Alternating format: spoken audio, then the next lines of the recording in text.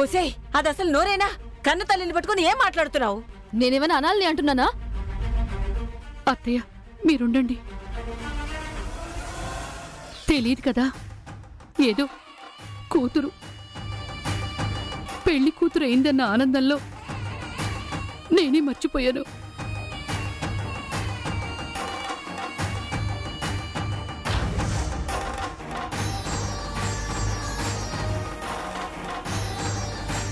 ఛీ, ఏం పుట్టుకేనిది? దాని తాళిబొట్టు అమ్ముతుంటే నాకు నగలు చేయించడానికా అని అడిగావు. ఇప్పుడేమో పెళ్లి జరిగిపోతుందన్న ఆనందంలో రమ్మని చేయి పట్టుకుంటుంటే ఏ బిడ్డ తల్లిని అనకూడని మాటలని బాధ పెట్టావు. నీ చుట్టూ ఉన్న వాళ్ళందరినీ బాధ పెట్టడానికే పుట్టావా నువ్వు? నీ స్వార్థం కోసం తోడబుట్టిన చెల్లెల్ని బాధ పెట్టావు, కన్న తల్లిని బాధ పెడుతున్నావు.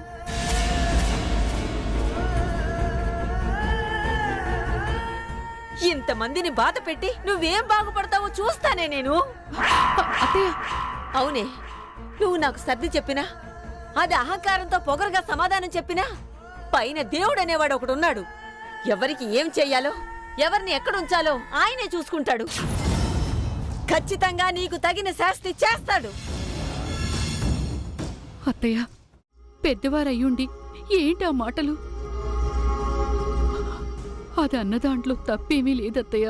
తప్పు దాంది కాదే, దానికలా మంచి మర్యాద నేర్పించకుండా పెంచిన మనది తప్పు. నీ ఖచ్చితంగా శాస్తి జరుగుతుంది. జరిగితే అదేదో నేను పడతానులే, నువ్వలా ఓ ఎగిరెగిరి పడిపో మాకు. అయినా ఇంకెంతలే, ఈ ఒక్కరోజు గడిచిపోతే మీతో మాటలు పడాల్సిన అవసరమూ ఉండదు, మీ మొహాలు చూడాల్సిన కర్మ ఉండదు.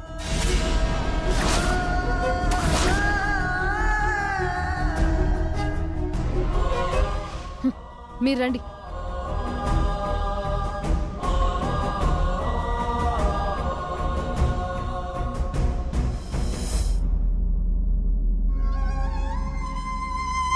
ఊరుకో.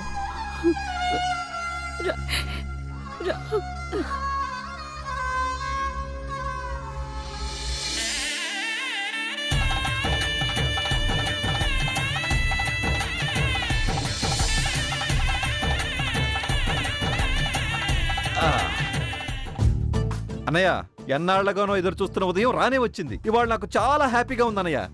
ఏ బామ్మద్దిగడి పెళ్ళవుతుందనా? అంతే కదనయ్య, ఇవాళ్తో మన పెళ్ళాల మొహాలు పూర్తిగా మాడిపోవటం జరుగుతుంది.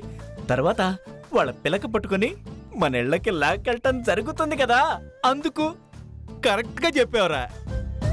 ఏ లల్లి, గోడ మీద పిల్లి ఎంతసేపు రెడీ అవుతారే? త్వరగా రండి.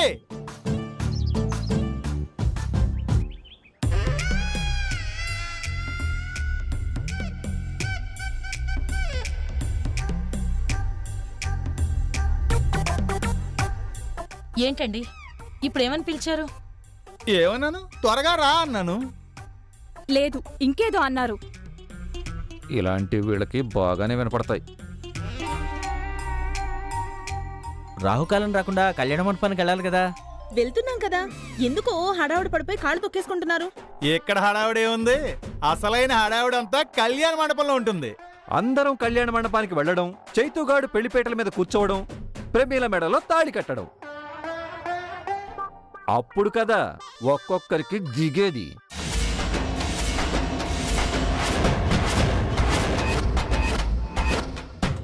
ఏంటి? అదే అప్పుడు కదా ఆనందం అని అంటున్నా. ఎందుకు కవరింగ్లు? మీ మీనింగ్ ఏంటో మాకు బాగా తెలుసు. ఈ పెళ్ళైపోతే మా అహం దెబ్బతింటుంది, మేం మీ ఇంటికి వస్తామని స్ట్రైట్ గా చెప్పొచ్చు కదా. మేము స్ట్రైట్ గానే చెప్తున్నాం, మీకే లేట్ గా వెలిగింది. వీళ్ళు సరే అన్నయ్య, ఇంతకీ చైతుగాడెక్కడా? చైతు, చైతు,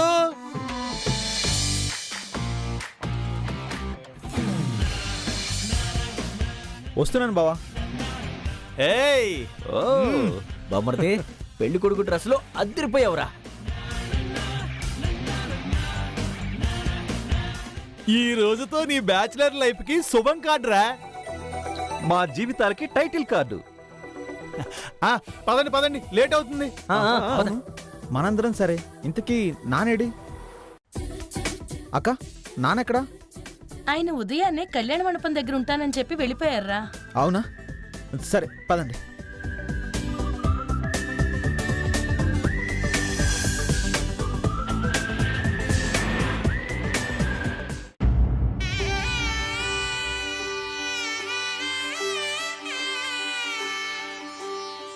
అక్క,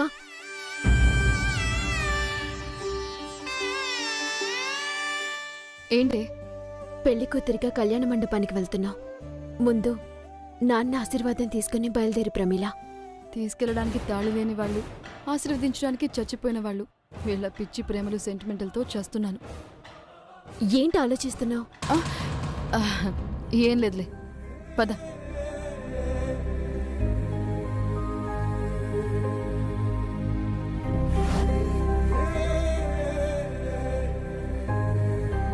నాన్న, ఇవాళ అక్క పెళ్ళి. తను పెళ్లి కూతుర్లా ముస్తాబయ్యింది. తననోసారి చూడు నాన్న. పెళ్లి కూతురుగా తను ఎలా ఉండాలని నువ్వు ఆశపడ్డావో అలాగే ఉంది కదా అక్క. నాన్నకి నమస్కారం చేసుకో. ఆయన ఎక్కడున్నా ఆయన ఆశీర్వాదం నీకుంటుంది.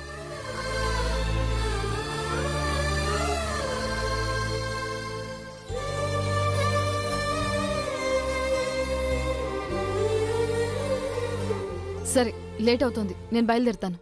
అక్క, దీపం వెలిగించకుండా వెళ్తానంటావేంటి? ఏ, దీపం వెలిగించకపోతే నాన్న ఆశీర్వదించుడా? అక్క, పదండి పదండి, టైం అవుతోంది. ఒసే ఒసే, వాడు నీ కన్న తండ్రే. అయితే నమస్కారం చేసి దీపం వెలిగిస్తే ఆయనే వచ్చేడు. అలా అని ఆలస్యం చేస్తే రాహుకాలం మాత్రం వస్తుంది. రాహుకాలం రాకుండా బయలుదేరాలి అన్నారుగా. పదండి పదండి పదండి.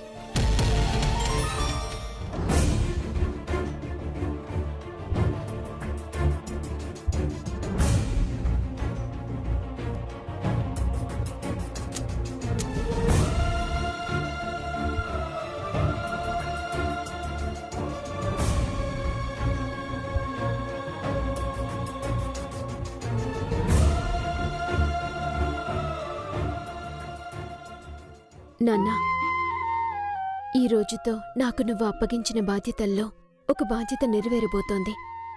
నువ్వు కోరుకున్నట్టే నీ పెద్ద కూతురికి నచ్చిన సంబంధాన్ని, గొప్పింటి సంబంధాన్ని చేస్తున్నాను. నీకు సంతోషమే కదా? మామూలు సంతోషమా? కన్న కూతురి పెళ్ళంటే ఏ తండ్రికైనా సంతోషంగానే ఉంటుంది. కానీ ఈ ఇంట్లో ఒక కూతురి త్యాగం మరో కూతురి కాళ్ళకి పారాణీ పెట్టి నుదుటికి బాసికం కట్టించిందంటే అంతకంటే అదృష్టం ఇంకెవరికైనా దక్కుతుందా? నిజంగా నా కొడుకు బతికుంటే ఈ సంతోషాన్ని తట్టుకోలేక గుండె పగిలిపోయి ఉండేది. నానమ్మా, ఏమే, నేనేమైనా తప్పుగా మాట్లాడానా? మీ అమ్మైనా ప్రమీలెక్కువ నువ్వు తక్కువ అని చూసిందేమో గాని వాడెప్పుడూ ఇద్దరిని ఒకేలా చూశాడు. ఒక బిడ్డ కన్నీరే మరో బిడ్డ కాళ్ళకి పారాణి అవుతుందంటే వాడు ఖచ్చితంగా ఒప్పుకునేవాడు కాదమ్మా. ఆడపిల్లవైనా వాడి తర్వాత ఏ నమ్మకంతో ఈ ఇంటి బాధ్యతలు నీకు అప్పగించాడో అదే నమ్మకంతో చెప్తున్నాను. నా కొడుకు ఆశీర్వాదానికి బలం ఉంటే, ఆ దేవుడికి న్యాయం అన్యాయం అనేది తెలిసి ఉంటే ఖచ్చితంగా ఆ కళ్యాణ మండపంలో ఉన్న తాళి దక్కాల్సిన వాళ్ళకే దక్కుతుంది, న్యాయం జరగాల్సిన వాళ్ళకే జరుగుతుంది. ఇది మాత్రం సత్యం.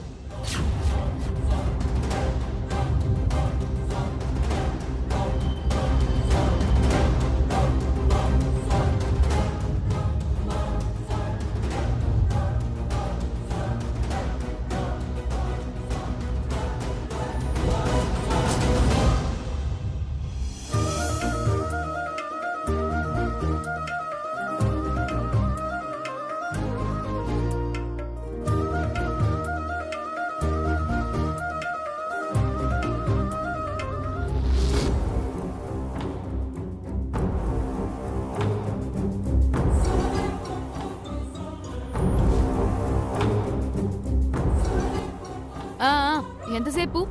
రాహుకాలం రాహుకాలం అని నా ప్రాణాలు తీసేసి పెళ్లి నడికి నడుస్తున్నారు. ఎక్కండి.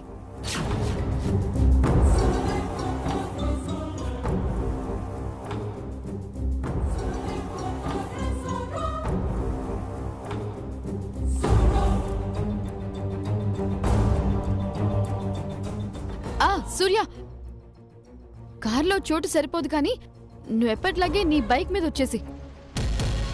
అది బైక్ మీద రావడం ఏంటి? అయితే నువ్వు దిగి బైక్ మీద వస్తావా? అది పెళ్లికి వస్తే చాలు, మనతో పాటే రావక్కర్లేదు. నేను బైక్ మీద వస్తానులే, మీరు బయలుదేరండి.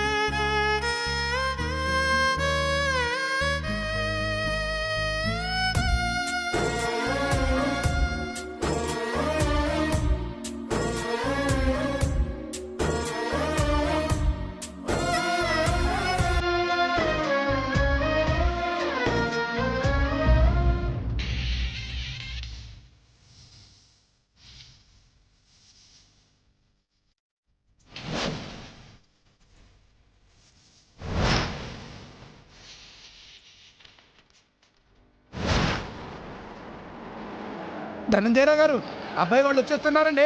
ఇదిగో సన్నాయి మనం గట్టిగా గట్టిగా వాయించండి, అబ్బాయి వస్తున్నాడు.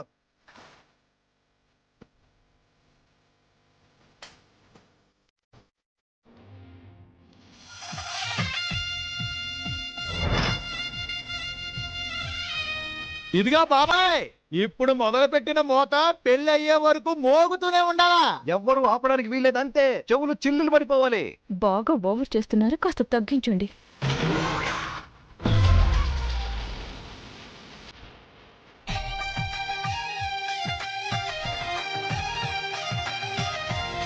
ఏంటి నాన్న అలా చూస్తున్నావు? ఏం లేదమ్మా, కొడుకు పెళ్లి కొడుకు అయ్యాడు కదా, ఆ ఆనందం.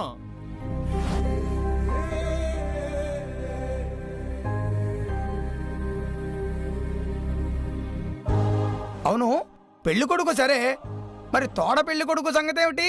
ఎవరు కూర్చుంటారు? అవును, అశోక్ గడు ఉంటే తోడు పెళ్లి కొడుకు కూర్చోబెట్టి ఉండేవాళ్ళం. వాడేడ్రా? తెలీదు నాన్న. వాడు ఇంకెక్కడున్నాడు? కిడ్నాప్ అయితే ఏంటి?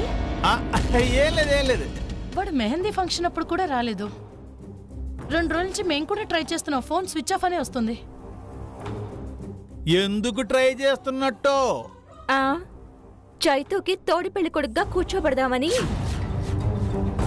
24 గంటలు మన ఇంటి చుట్టే తిరిగేవాడు అసలు అడ్రస్ లేకుండా పోయాడేంటక్క? ఖచ్చితంగా వాడెక్కడో లాక్ అయ్యాడే. సరే సరే, మీరు లోపలికి పదండి. పదండి. రండమ్మా, రండి. అయ్యా, మరి ఆడపిల్ల వారు కూడా వెళ్ళు.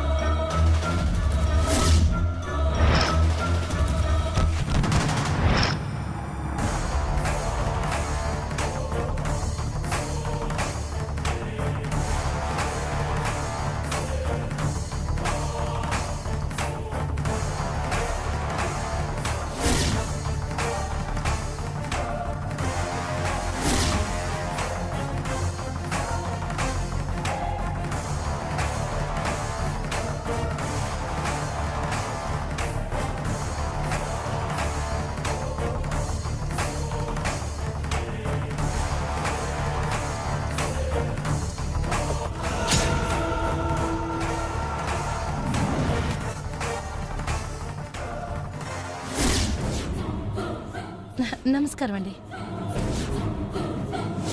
నమస్తే. లోపలికి వెళ్ళండి. కడుపు రగిలిపోతుంటే నవ్వుతూ ఎలా ఉండమంటావక్కా? ఏం చేయమంటావే? ఏదో ఒకటి చెయ్యకపోతే మన బతుకులు అత్యసరే.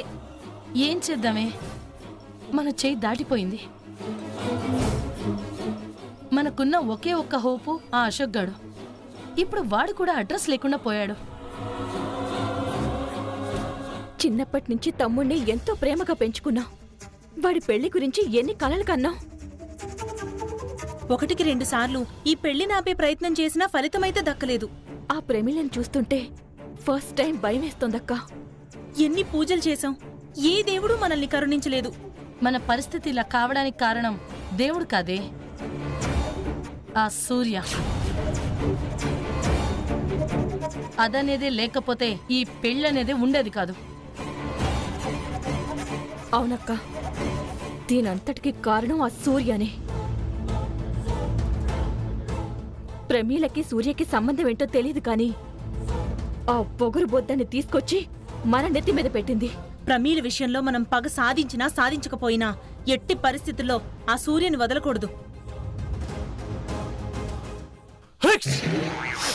ఏంటి గ్రూప్ డిస్కషన్ పెట్టారు? ప్రేమీల ఎంట్రీ అయితే వాళ్ళని ఏం చేస్తుందోనని భయపడుతున్నట్లున్నారు. కాదన్నయ్యలు, పెళ్ళైన తర్వాత ప్రేమీల ఎలాగూ వీళ్ళని ఎడంకాలతో తంతుంది. అప్పుడు మన ఇళ్ళకి బస్సులో రావాలా ట్రైన్లో రావాలా అని ఆలోచిస్తున్నట్టున్నారు.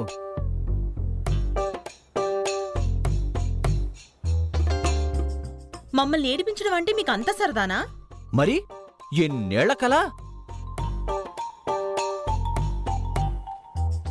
మీరెన్ని వేషాలు వేసినా, ఎన్ని ఎత్తులు వేసినా ఈ పెళ్ళాగే ప్రసక్తే లేదు.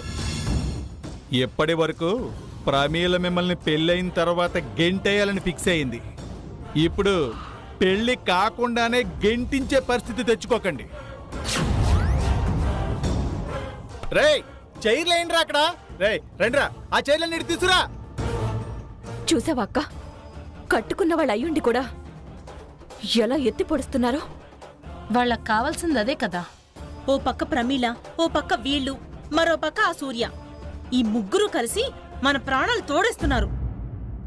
ఏ దేవుడైనా కరుణించి ఒకే ఒక్క అవకాశం ఇస్తే చాలే. అన్ని ప్రశ్నలకి ఫుల్ స్టాప్ పెట్టేసి ఆ సూర్యుని కుడికాలతోనూ ప్రమీళ్ళని ఎడంకాలతోనూ తన్ని తగలయ్యొచ్చు.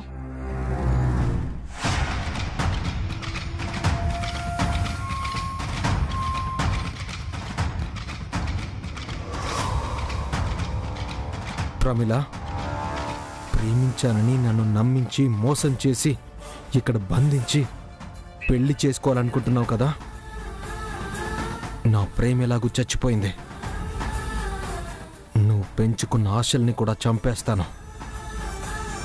వస్తున్నాను.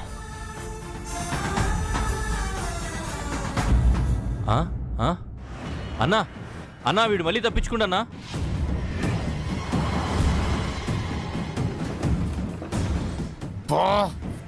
ప్రతిసారి మనల్ని పిచ్చినా కొడుకులు చేస్తున్నాడు. ఈసారి కట్టేయడం కాదు, కాళ్ళు చేతులు ఇరిచేద్దాం. పదండ్రా.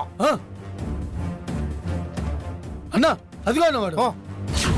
రే పదండ్రా.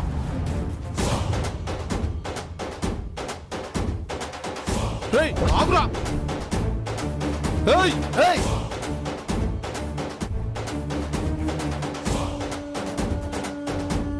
రేయ్ ఆగురా. ఈ రోజు మా చేతుల్లో చిక్కావో చచ్చావేరా.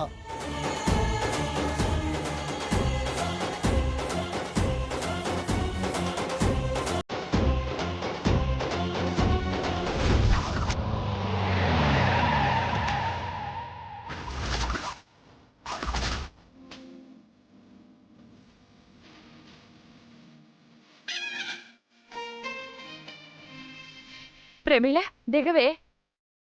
కళ్యాణ మండపం వచ్చేసింది. దిగకుండా ఇంకా ఏం ఆలోచిస్తున్నావు? ఎప్పుడు ఎలా దిగాలో నాకు తెలుసు.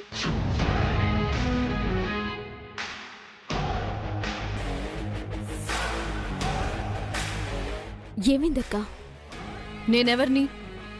ఆ ఇంటికి కాబోయే కోడల్ని. ఆ ఇంట్లో దీపం పెట్టి ఆ ఇంట్లో వెలుగు తీసుకొస్తున్న ఓ పెళ్లి కూతుర్ని.